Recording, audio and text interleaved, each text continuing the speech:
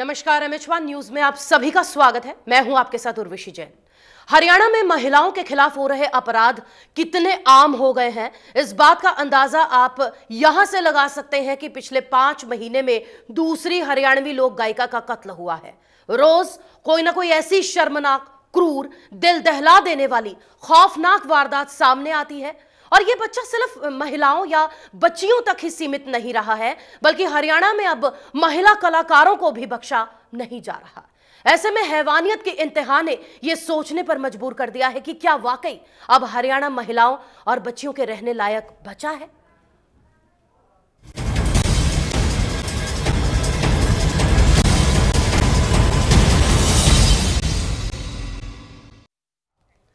हरियाणा में क्राइम को किसी पैमाने पर नापना अब बेमानी सा लगने लगा है। अभी हम पिछले 7 दिनों से होने वाले रेप और गैंगरेप से आग बबूला हो रहे थे, और अब एक महिला पुलिस की नाकामी और अपराधियों के बुलंद हौसलों के आगे बेबस हो गई और अपनी जान गंवाए बैठी। जी हां, हरियाणा में लड़कियां सुरक्षित नहीं हैं, इसका उदाहरण एक बार फिर देखने को मिला है। पिछले 4 दिनों से लापता हरियाणवी रागिनी गायिका ममता शर्मा का खेतों में गला रेता हुआ शव मिला, जिसके बाद एक बार फिर से सरकार, प्रशासन, पुलिस सवालों के घेरे में है।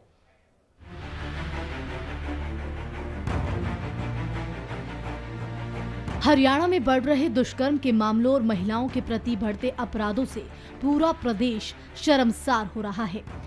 लेकिन प्रदेश में हुई रागिनी गायिका ममता की हत्या ने एक बार फिर प्रशासन, पुलिस पर सवाल खड़े कर दिए हैं। जी हां, हरियाणा में मशहूर रागिनी गायिका ममता की हत्या कर दी गई है। 14 जनवरी से लापता ममता का शव रोहतक के बनियानी गांव के खेतों से बरामद किया गया है। बता दें, गायिका की हत्या गला काटकर की गई है। बताया जा रहा है कि कलानौर की रहने वाली गायिका ममता 14 जनवरी को किसी कार्यक्रम के लिए गई थी, जिसके बाद से वो घर नहीं लौटी। जिसके बाद ममता के बेटे ने 16 जनवरी को कलानौर थाने में ममता की गुमशुदगी की शिकायत दी थी।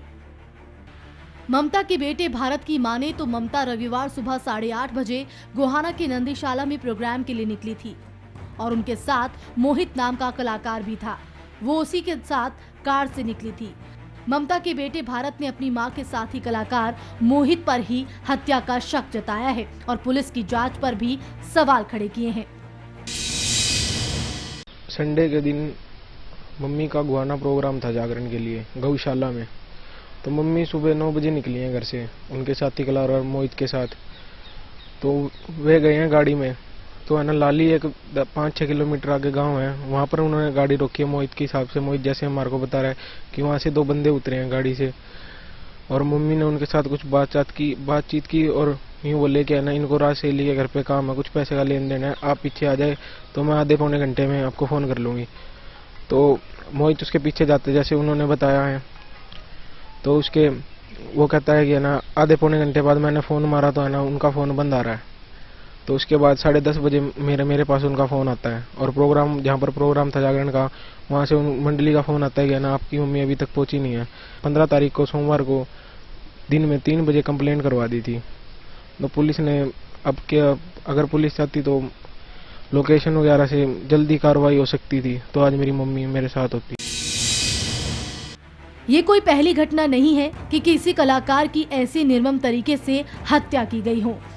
गौरतलब है कि इससे पहले साल 2017 के अक्टूबर महीने में भी हरियाणा की जानी मानी लोक गायिका हर्षिता दहिया की अज्ञात बदमाशों ने गोली मारकर हत्या कर दी थी। करीब 3 महीनों में 2 जानी मानी महिला कलाकारों की हत्या ने कई सवाल खड़े कर दिए हैं। हैरानी की बात यह है कि अब तक महिलाओं और बच्चों को निशाना बनाया जा रहा था, लेकिन प्रदेश में जिस तरह से महिला कलाकारों को भी निशाने पर लिया जा रहा है, इसके पीछे वजह क्या है और इसके लिए जिम्मेदार कौन है, ये गंभीर सवाल है। रोहतक से संवाददाता सुदर्शन की रिपोर्ट, MH1 न्यूज।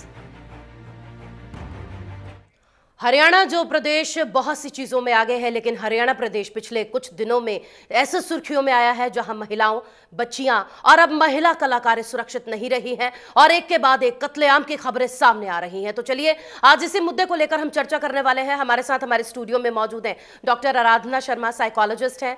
डॉक्टर साहब, आपका बहुत बहुत स्वागत है। नमस्कार डॉक्टर साहब। सबसे पहले तो हम बात करना चाहेंगे हरियाणा प्रदेश की। हरियाणा कहां जा रहा है, आपको क्या लगता है? पहले अक्टूबर 2017 में हर्षिता दहिया की गोलियों से उसे भूना गया और उसके बाद अब ममता सिंगर को जिस तरह से उनका गला रेता गया है, हरियाणा में ये क्या हो रहा है, आप क्या कहना चाहेंगे?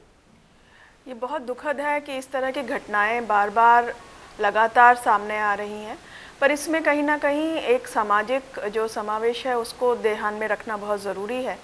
कहीं ना कहीं जो मानसिकता है उभरते हुए महिला की जो उसका टैलेंट है, उसका जिस तरह से आज़ाद होती जा रही हैं, अपने निर्णय ले पा रही हैं, अपनी जगह बना रही हैं, तो वो शायद लोगों को नहीं पसंद आ रही और उससे जो पुरुष समाज है उसमें कुछ लोग, सब नहीं, कुछ लोग शायद उससे असुरक्षित महसूस कर रहे हैं और एक तरह से जैसे एक होल्ड होना चाहिए था महिलाओं पे और वो ख़त्म हो रहा है, वो मानसिकता कहीं देखने में आ रही है। लेकिन हरियाणा प्रदेश की बात करें तो महिलाओं की सुरक्षा के लिए बहुत सारी बातें की गई थी, ऐसी बहुत सारी ऐप्स बनाई गई थी, फिर महिला थानों का जो है प्रचलन शुरू हुआ, महिलाओं की सुरक्षा की बात की जाने लगी, लेकिन महिलाएं कहाँ सुरक्षित है ये तो पूरा देश देख रहा है। हरियाणा प्रदेश किसी न किसी वजह से रोज शर्मसार हो रहा है। आराधना जी, आपको क्या लगता है, ऐसे साइकोलॉजी वाले लोग, हम उन्हीं के बीच में रहते हैं क्या? इनकी साइकोलॉजी इतनी डिफरेंट होती है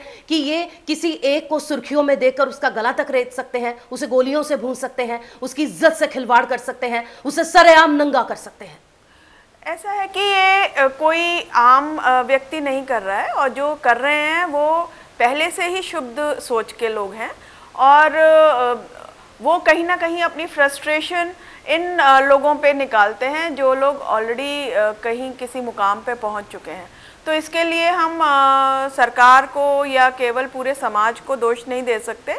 बहुत सारी मानसिक जो बीमारियां हैं लोगों में हैं, जो क्योंकि मानसिक बीमारियों की एक तो लोगों को पहचान नहीं है, परख नहीं है और क्योंकि उनको लेके अभी भी बहुत टैबू है, तो डॉक्टरी जांच नहीं होती है, तो बहुत सारे लोग ऐसे जिनको मानसिक परेशानी है वो खुले में हैं, जो जब भी उनको ऐसा कोई मौका मिलता है वो ऐसा कोई कांड कर देते हैं जी। तो इसके लिए हमारे को मेंटल इलनेस को लेके भी बहुत जागरूकता फैलाने की ज़रूरत है, जिसकी अभी पूरे भारत में बहुत कमी है जी।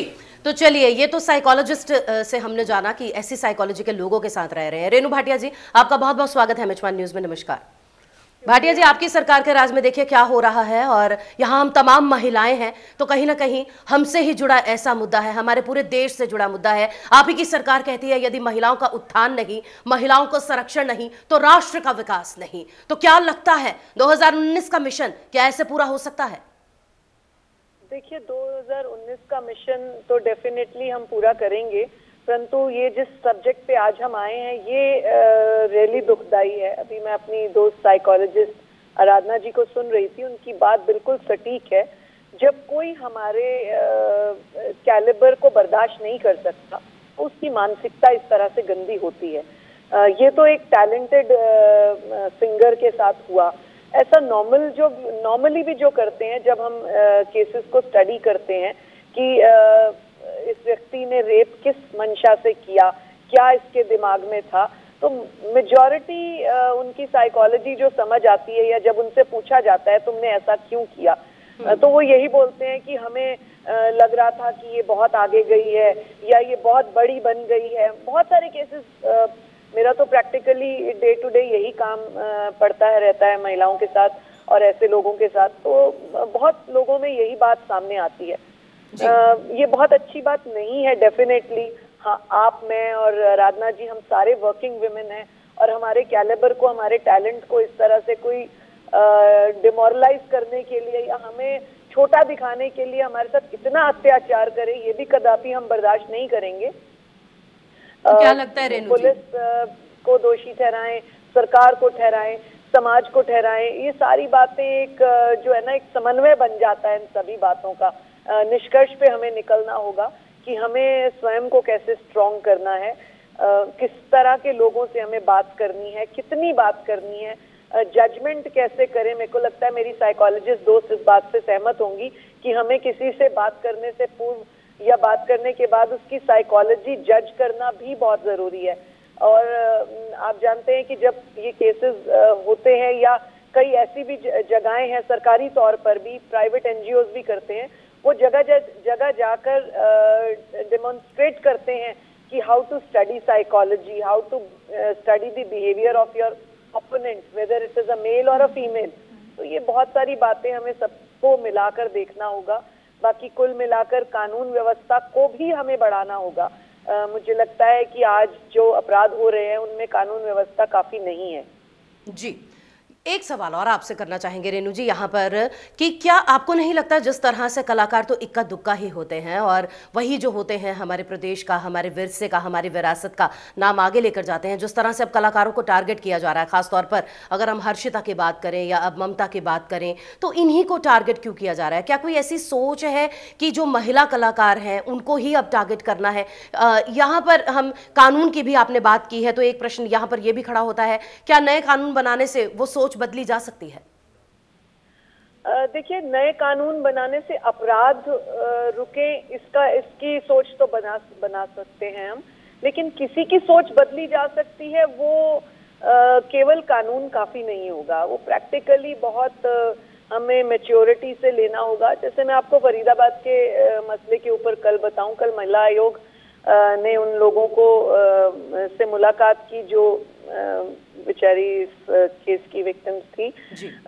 जो मानसिकता हमने उन लड़कों की पकड़ी, जो 2-3 लड़के पकड़े गए, अरशद, अशोक और संजय, उन्होंने जो बताया पुलिस को कि हमने ऐसा क्यों किया, तो उन्होंने कहा कि हमारे को ऐसा लगा कि हम एक मर्द है कि नहीं है या इस तरह की, यानी उनकी सोच में डर्ट था। और उनसे पूछा गया कि आपके परिवार में कौन है, तो बताया कि मेरी बेटियां हैं, पत्नी है, तीनों की, तो तीनों की बेटियां हैं, तीनों की पत्नी है, शादीशुदा है, बट एक जो dirty corner of the mind होता है वो उनके अंदर था। तो ऐसी सोच बदलने के लिए कानून यहाँ तो काम करेगा कि किसी ने गलती करी है, गुनाह किया है, उसको उसकी सजा मिले, परंतु अपनी मानसिकता को कैसे बदलना, अपनी सोच को कैसे स्वच्छ करना है, उसके लिए हमें बहुत प्रैक्टिकल स्टडी करना होगा। और जो हम एनजीओ के माध्यम से, सरकारी प्रोग्राम्स के माध्यम से, आपकी और मेरे मीडिया के माध्यम से जो हम एक एजुकेशनल टच देते हैं इन बातों को, वो भी करना बहुत जरूरी है। आई होप आप और हम सब मिलकर इस प्रयास में सफल रहें, ताकि किसी भी बहन बेटी की और कोई भी पुरुष गंदी सोच से ना देख सके।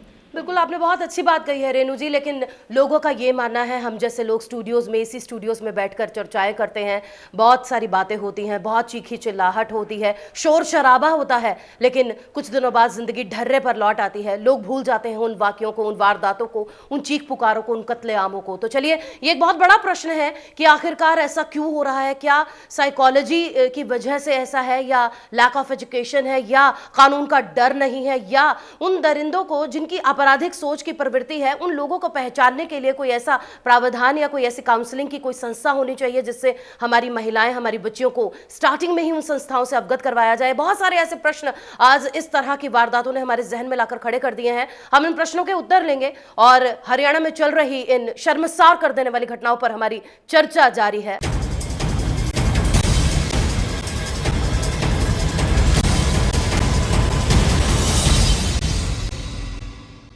जी हाँ, हम चर्चा कर रहे हैं आखिरकार किधर जा रहा है हरियाणा। शर्मसार कर देने वाली घटनाएं एक के बाद एक सामने आ रही हैं। जहां बच्चियां, महिलाएं सुरक्षित नहीं थी, अब हरियाणा में महिला कलाकार सुरक्षित नहीं है। पिछले 5 महीनों में दूसरी हत्या, ममता सिंगर का गला रेत कर हत्या किया जाना, खेतों में उनका शव मिलना, इस बात को इंगित करता है कि हमारी पुलिस, हमारी प्रशासन, हमारे समाज को सोचने की जरूरत है। जिस तरह से हरियाणा में दिन ब दिन इस तरह की क्रूर और शर्मसार देने करने वाली घटनाएं सामने है। हमारे साथ हमारे स्टूडियो में एक्स काउंसलर, जी हां, और social activist, founder president of Sampoorna, doctor Shobha Vijendra ji भी जुड़ गई हैं। डॉक्टर साहब नमस्कार, एक बार फिर से स्वागत है। हम चर्चा यही कर रहे हैं आज हरियाणा की जो स्थितियां हैं, शोभा जी, किसी से छुपी नहीं है। आप क्या कहना चाहेंगी, इस तरह के समाज में महिलाएं कितनी सुरक्षित अपने आप को महसूस कर पाएंगी जो इन तरह की तमाम खबरों से जुड़ी हैं? घर से निकलते हुए उनके दिल में कितना डर होगा, या कितना वो खुद को स्वतंत्र महसूस कर पाएंगी? देखिए, ये हरियाणा की बात नहीं है, पूरे देश के अंदर ही इस तरीके का वातावरण बन रहा है कि लड़की हो, महिला हो, जेंडर एक बहुत बड़ा इशू बन के सामने आ रहा है। और ऐसा अनुभव हो रहा है कि दिन प्रतिदिन हिंसक और हिंसक और हिंसक घटनाएं हो रही हैं। समाज का ताना बाना लगता है जैसे बिल्कुल टूट ही गया है।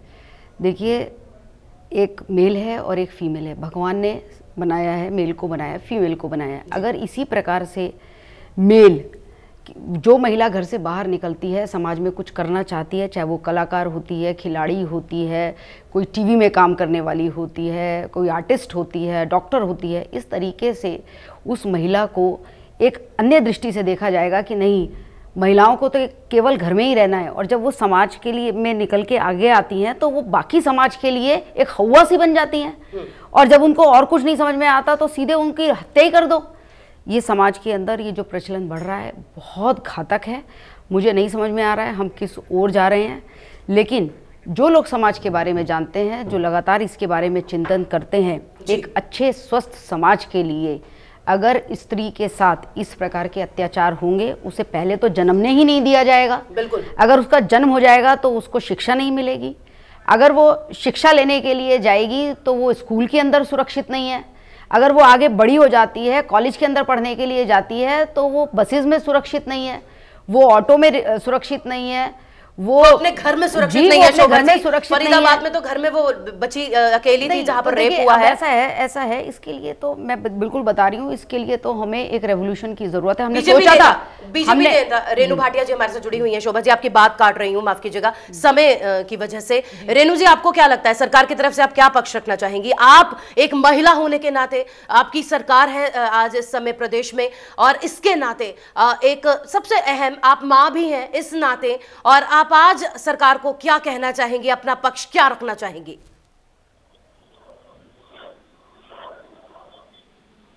देखिए, सरकार को जो आप कह रहे हैं कि सरकार के नाते मैं क्या कहूंगी, तो सरकार ने अपना पूरा दायित्व निभाया है और आगे भी निभा रही है। जहां सरकार को कहीं इस मामले में कमी दिखती है, उस चीज को भी पूरा करने का प्रयास किया जा रहा है। आप देखिए, कल ही मिशन दुर्गा की शुरुआत एक नए तरीके से हुई। इसको पहले भी शुरू किया गया था, परंतु जहां जहां लैकिंग था ये मिशन, उसको और अच्छे तरीके से कल किया गया।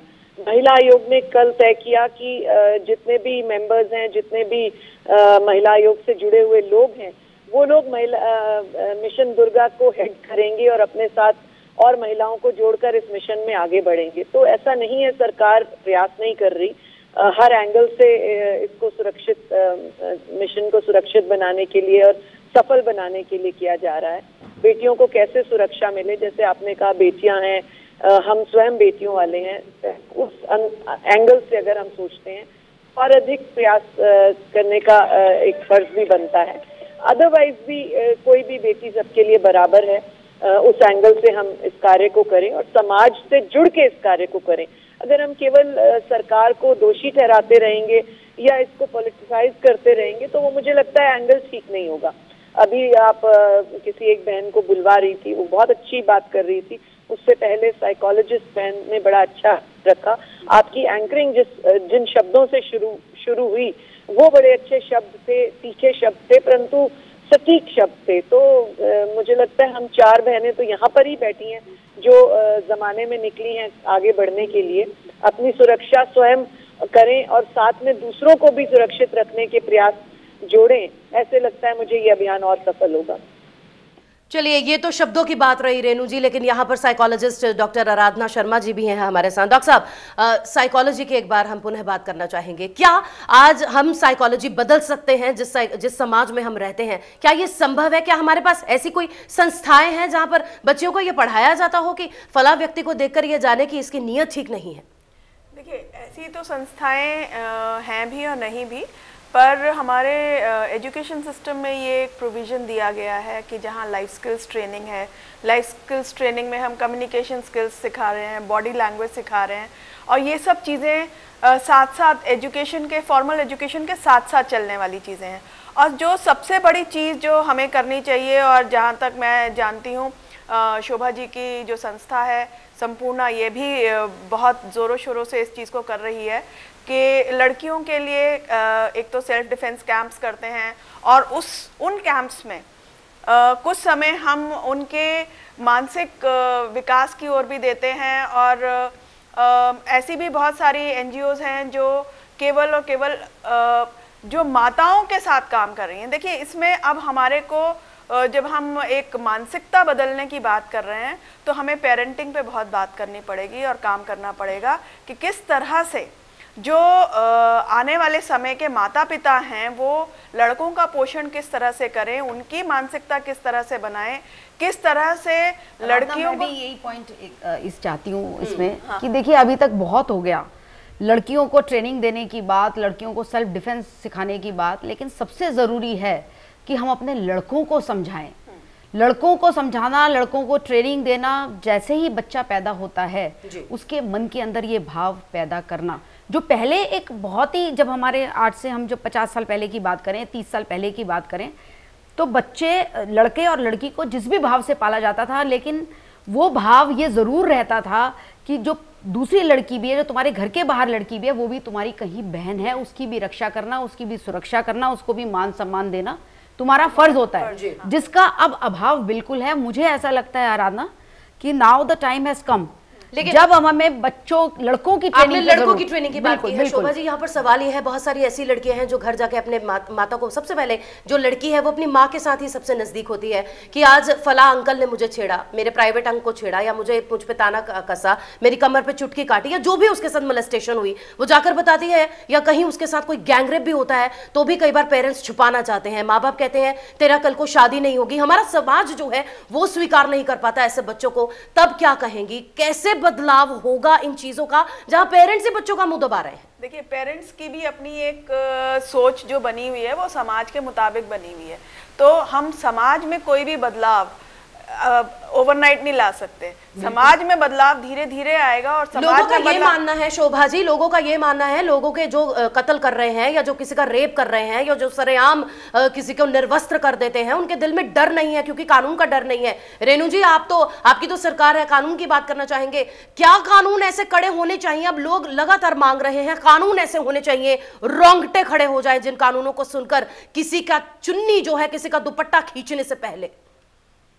बिल्कुल ठीक बात है, कानून में और कितना कड़ा होना चाहिए इसके ऊपर भी कल विचार हुआ। आयोग की तरफ से भी एक नई बात रखी गई है सरकार को कि 12 साल से लेकर 15 साल तक की लड़कियों का भी, मतलब 15 साल तक की लड़कियों के साथ अगर इस तरह से कोई हादसा होता है तो उस व्यक्ति को फांसी की सजा सुनाने का प्रावधान रखा जाए। मध्य प्रदेश में इसी तर्ज पर कानून बना, तो ये एक कड़ा स्टेप है जो लिया गया।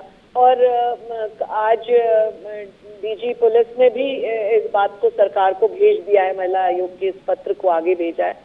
तो ऐसा नहीं कि सरकार सीरियस नहीं है, कर नहीं रही है, कड़े से कड़े कानून बनाने का भी प्रावधान निकाला शोभा जी, आप क्या कहेंगे? और फास्ट ट्रैक कोर्ट को ऑर्गेनाइज करने का और अधिक स्तर पर अभी भी बहुत अच्छे हैं फास्ट ट्रैक कोर्ट बनाने कानून। तो निर्भया कांड के बाद ऐसे कानून बने, कानून तो बहुत अच्छे हैं, लेकिन मेरा ये कहना है रेणु जी से भी और सारी सरकारों से और पुलिस से भी कि आप इम्प्लीमेंटिंग एजेंसीज हैं। आप देखिए, जब हमारा ये काम शुरू होता है पुलिस से, आज के समय में भी मैं कह रही हूँ, दिल्ली के अंदर भी मैं कह रही हूँ, अगर कोई महिला अपनी कंप्लेंट लिखाने के लिए पुलिस स्टेशन पर जाती है, मैं 50 केस बता सकती हूँ जिसके अंदर FIR कराने के लिए उसको बहुत सारे पुश एंड पुल लगाने पड़ते हैं, उसको बड़ी सारी सिफारिशें लेके आनी पड़ती हैं। समाज का जो सबसे कमज़ोर वर्ग है, पुलिस जो है, उसको बिल्कुल भी कुछ नहीं समझती। जो सारी कानून व्यवस्था है, मुझे लगता है कोई बहुत ही कम लोग होते हैं जो मोस्ट VVIP होते हैं, उनके लिए ये होती है।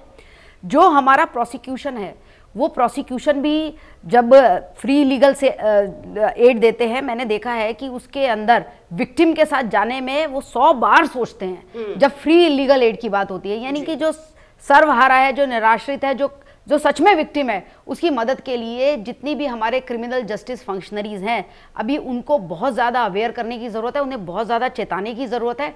कानून है, लेकिन उसका इम्प्लीमेंटेशन बहुत कमज़ोर है। और ये बिल्कुल फैक्ट है कि समाज को भी जागने की जरूरत है, लेकिन क्रिमिनल जस्टिस फंक्शनरीज को, गवर्नमेंट को बहुत सारे एक मैसेज देने की जरूरत है कि अगर आप ये गलत काम करेंगे आप बच नहीं सकते हो। शोभा जी, आपकी बात सुनकर ये लगा कि अभी बहुत सारे काम करने बाकी है। रेणु जी, आपकी बात सुनकर ये लगा कि अभी देखना होगा कि जिस तरह से आपने दुर्गा मिशन की बात की, क्या उसके बाद ये घटनाओं पर कहीं विराम लगेगा? ये देखना होगा जिस तरह से कानूनों की बात हो रही है, आपने डीजी की बात की है, क्या आने वाले समय में 15 साल से छोटी बच्ची के साथ अगर बलात्कार होता है तो क्या फांसी की सजा का प्रावधान होने पर यह बलात्कार हमारे समाज में कम होंगे? बहुत बहुत शुक्रिया रेणु जी हमारे साथ जुड़ने के लिए। बीजेपी नेता शोभा विजेंद्र जी, डॉक्टर जो कि एक्स काउंसलर रही हैं और संपूर्णा की फाउंडर प्रेसिडेंट है, बहुत बहुत शुक्रिया आपका। डॉक्टर आराधना शर्मा जी, साइकोलॉजिस्ट, जो हमारे साथ जुड़ी, आपका भी बहुत बहुत दिल के गहराइयों से शुक्रिया। सो दर्शकों, एक ऐसी घटना जिसने हमें सोचने पर विवश कर दिया, क्या हम इसी समाज का हिस्सा है? क्या वही महिलाएं हैं जो ऐसे ही लोगों के साथ रहती हैं जो आपकी शायद किसी आपकी वजह से, आपकी पोजीशन से आपसे जलता हो और आपका चलते हुए सड़क पर कत्ल कर दे? तो आप भी जब चले सड़क पर सोचकर चलें और सरकार से ये उम्मीद रखें कि वो आपके लिए कुछ ऐसा कानून लेकर आएगी जिसमें आप खुली हवा में स्वतंत्र सांस ले पाएंगे। खबरों का सिलसिला बदस्तूर MH1 न्यूज पर जारी है, जुड़े रहे आप हमारे साथ।